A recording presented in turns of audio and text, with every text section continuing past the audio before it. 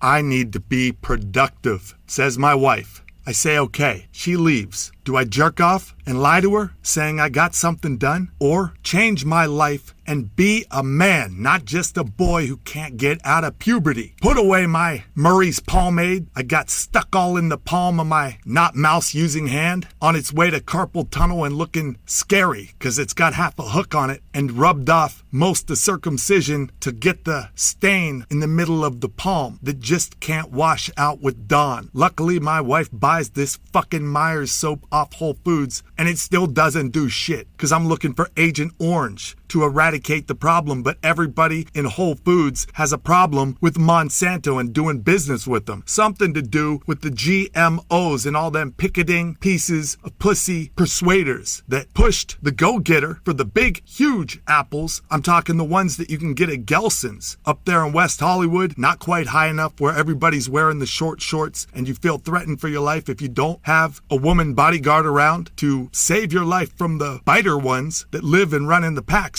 and all wear short shorts and live way up in those West Hollywood slopes. They can't afford the hills yet. Those go to the Jews right now, but more power to them. It's just they're not trading real estate for bite marks. They're not that hard up. They stick to their own. Watch out though. Gelson's, it's worth it because the apples are the size of my brother's head. And if you know my brother, you'd know that he has a big fucking apple that you'd want to eat if you had something that big. God darn it, dang it. No. Fuck it. Blasphemy's worth it right here because it gets the point across.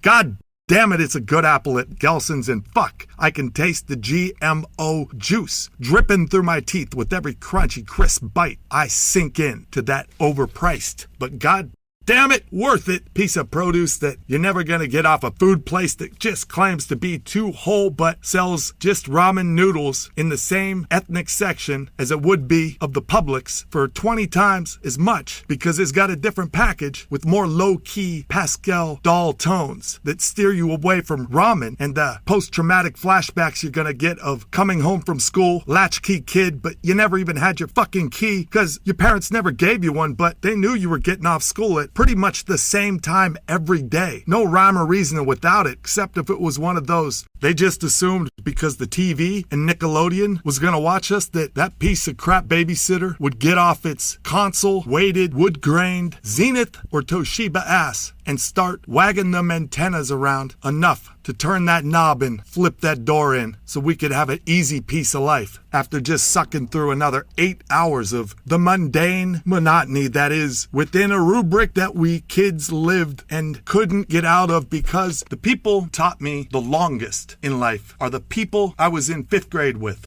called my teachers. You know who you were raised by if you were born in the 80s like me? It ain't your parents and it ain't anybody else that took up all your time yapping bullshit and nonsense, your young spongy head. No, our teachers were 5th graders at the most. That's what I say because the way I did it in my head, I'd have to go back. My parents, their teachers, were 3rd graders, maybe 2nd, not too bright, just knew enough to follow. Basic things. And the world was a little easier back in them 50s. You didn't need much know-how other than to get the good things done our country needed most. And that would have been work in a factory, shoot a gun, kill a Nazi, cook a pie. After that, the kids came. Now, we gotta learn how to raise them. Nobody here would be smart enough to admit that they didn't know much other than what I just said. And there wasn't much other in life at that time for the normal person to really get a chance to even try. So not for nothing, until that change started to happen with communication and making it so much more readily available, and transportation, the Great Highway Act, connecting the world through planes, trains, and automobiles. Now things started to progress, but not much, not by much at all. So our parents, they've been raised by 2nd or 3rd graders, people of that level in life that any further wouldn't be something they had been taught, not the majority of us. And our parents, they received everything that you could receive off a person that only has so much, and that is maybe half of that, if they're lucky, because nobody cares that much to pass along the knowledge when you're getting paid that little. The rest rest of the time, Hollywood was chiming in and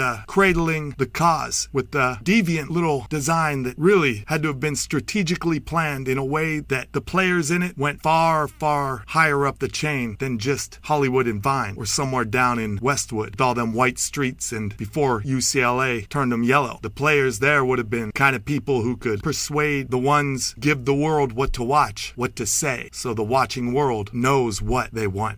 A lot of bullshit advertising, a lot of cheesy shit, and a lot of crap that never made sense. School, the main brick and mortar butter and bacon loaf of bread that you were supposed to be chewing on every day. Early in the morning, walk your ass there, take the bus, get on it with a bunch of other load-dropping knuckleheads, half of them with their mouths open, just hanging there, because they forgot to close them after saying or duh. So, either join the pack or remember it in a way that you were something different. I doubt it, because you were in the back spitting on the floor like it was no big deal. Cave boy, that's a big deal. Civilization hadn't quite got to you yet. Understood. Next to be fighting in the back of that bus. You're the reason why they have that big old sign on the back of the bus saying, don't open this door or you'll fall out of the back of the fucking bus. It's only then too many people did it and they couldn't stop it. They had to chop down the chance of it happening quite as much by giving you less room to run and shortening up that length, known now as the short bus. You know the people on there. Some of them wear helmets. Was that you?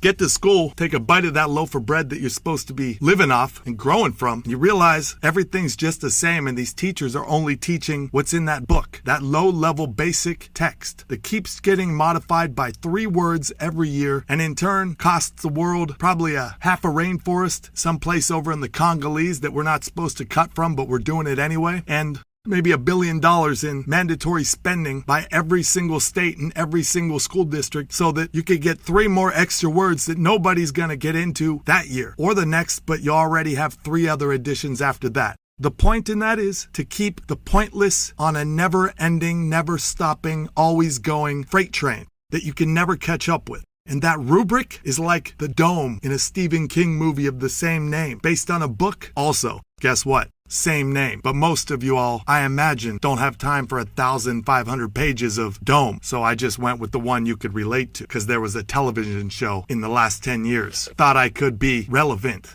Anyhow, do you remember ever asking your teacher a question that wasn't within the scope of she would know an answer, or there was an answer for it?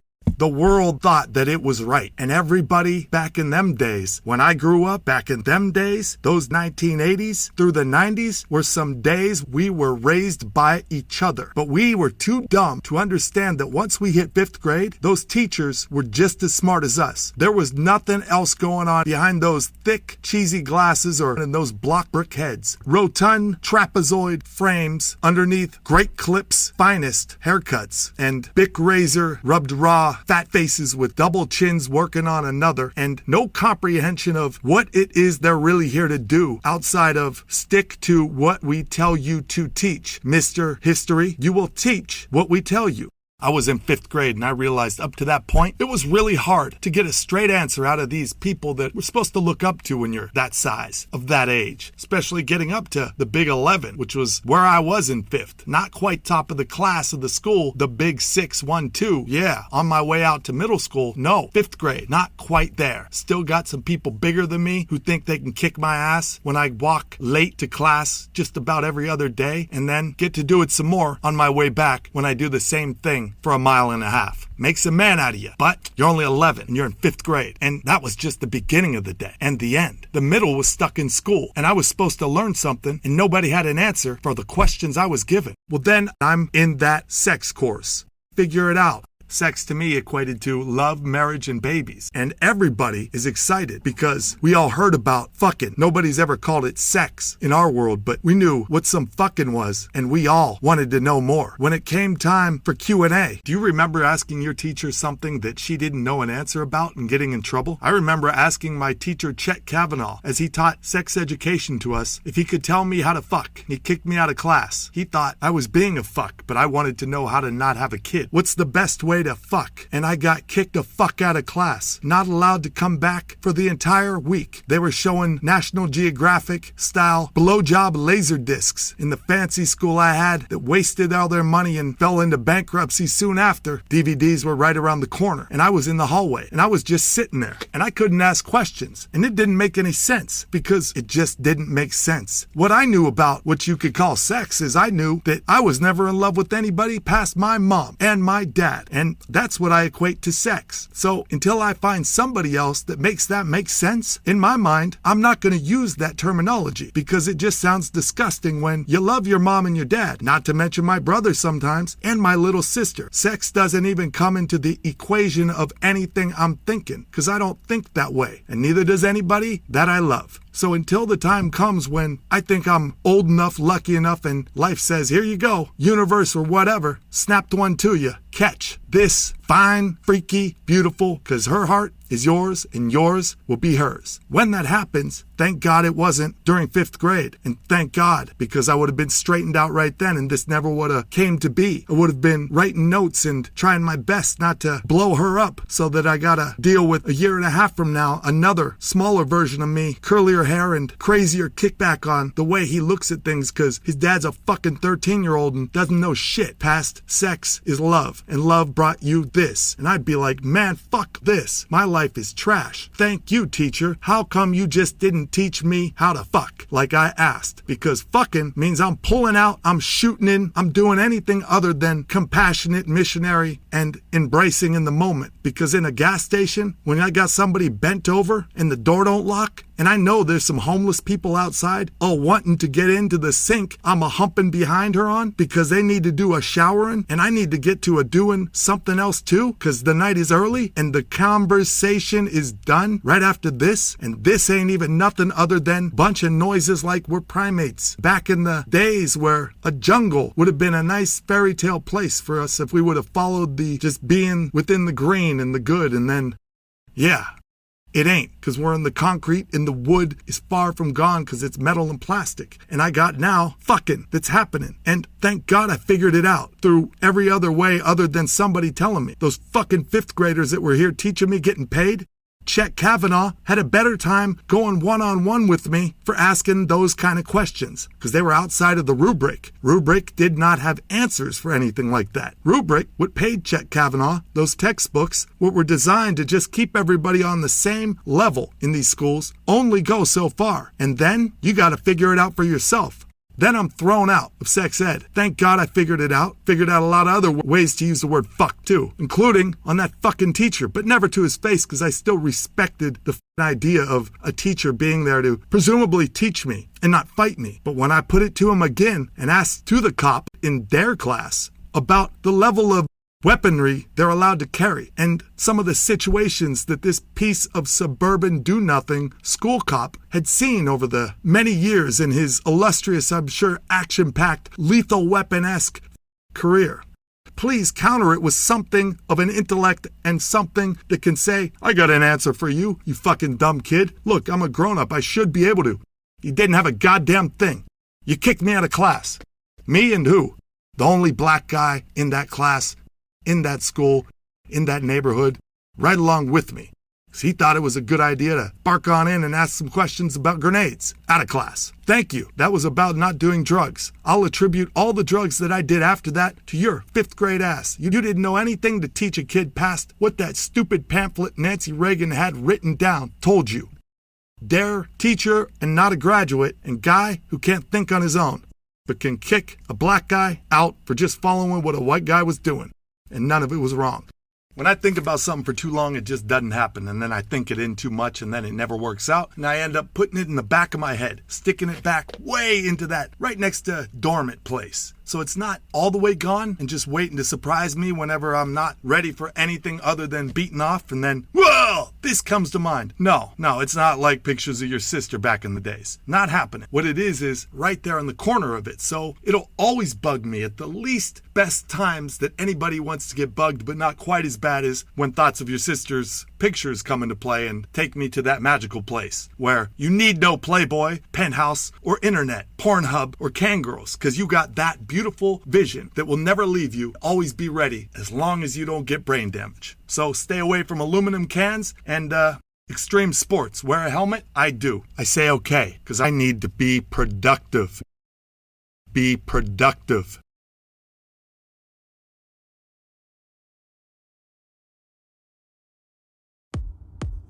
Oh, you caught me in the talking and thinking mood, so you know it must be in the morning, and I'm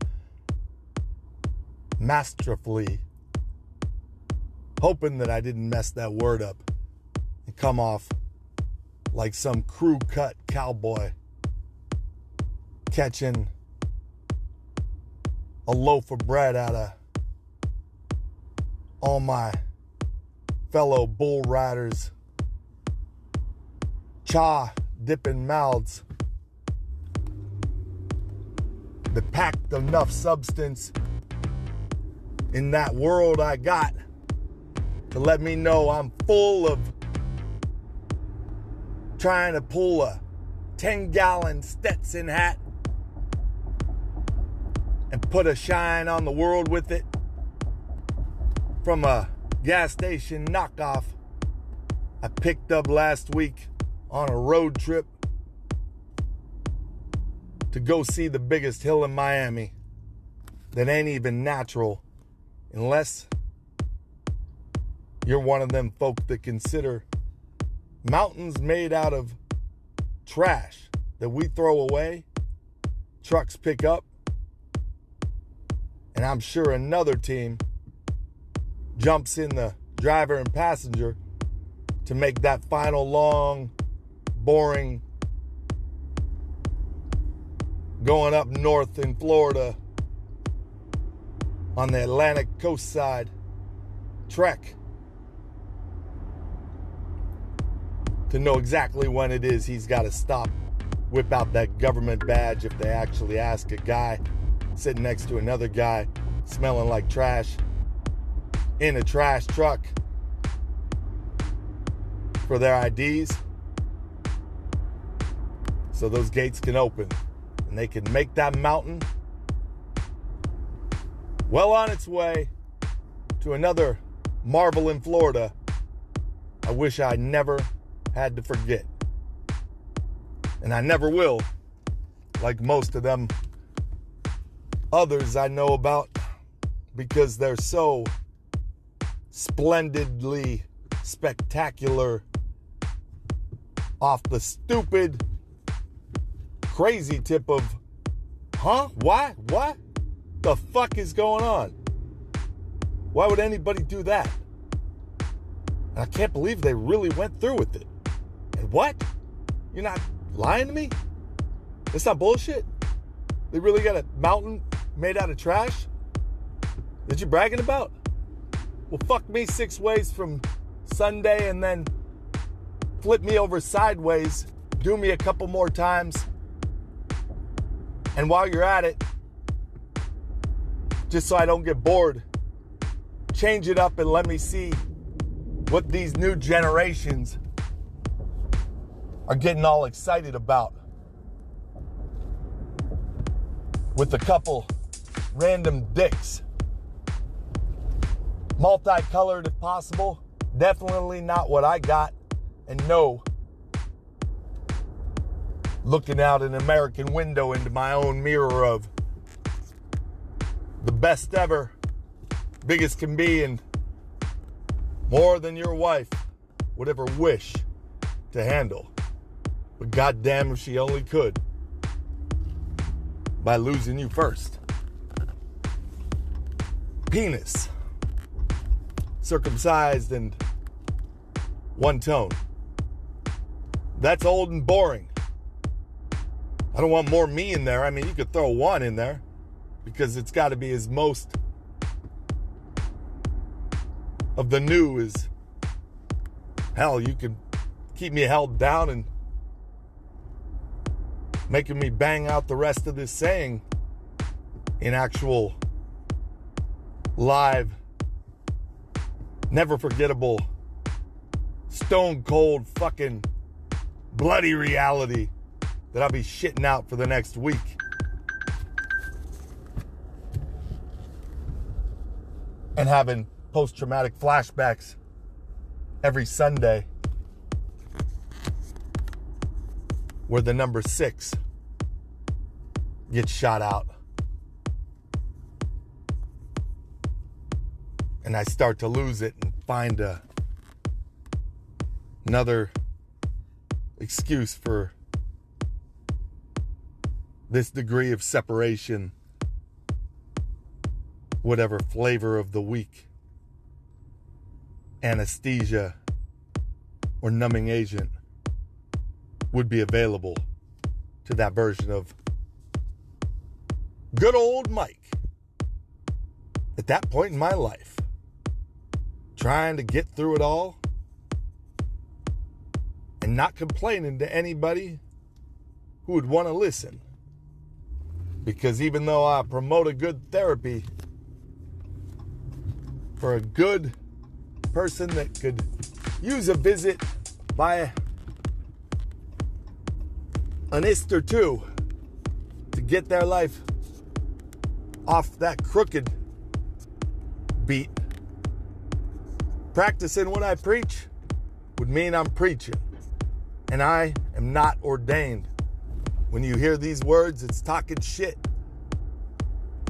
and trying to make sense out of the mess that comes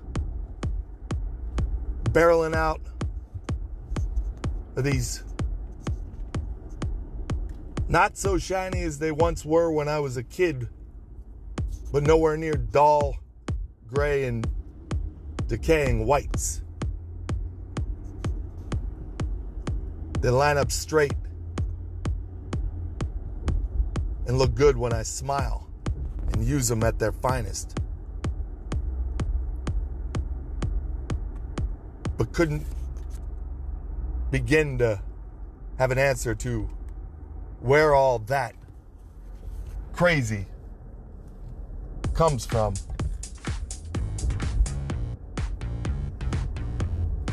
They can't ever stop.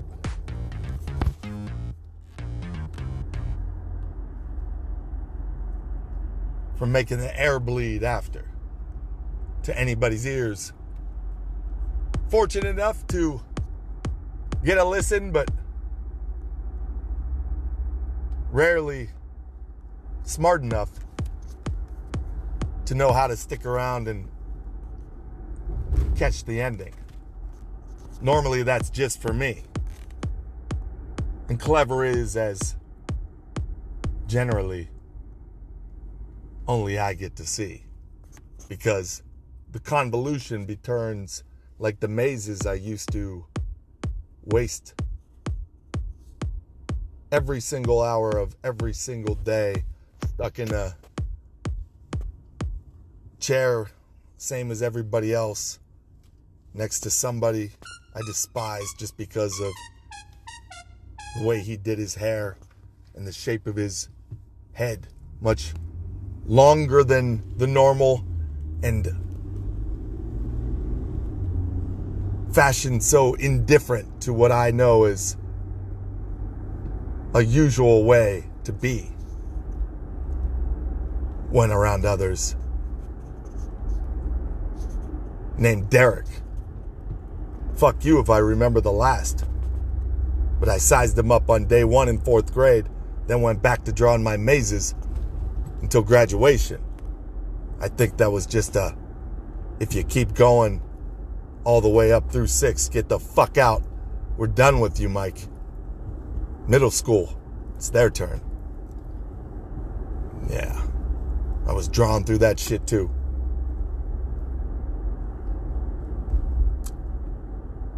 And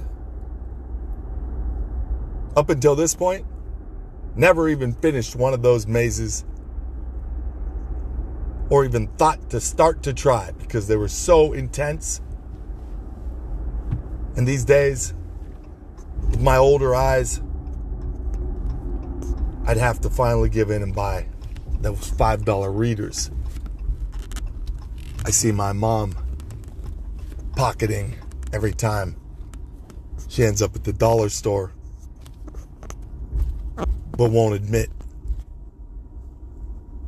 it was on her agenda and calendar since last week to make an appearance, and hopefully that right there, clumsy as the portrayal is meant to make you believe of her whimsical ways and wandering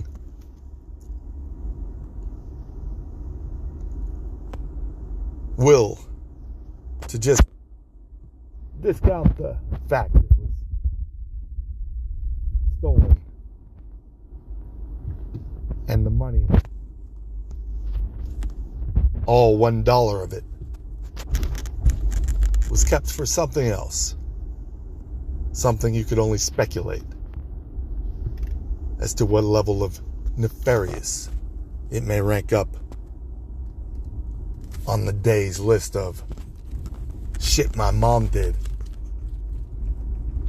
that you never thought your mom would do because she's your mom. And oh shit, my mom is doing some crazy.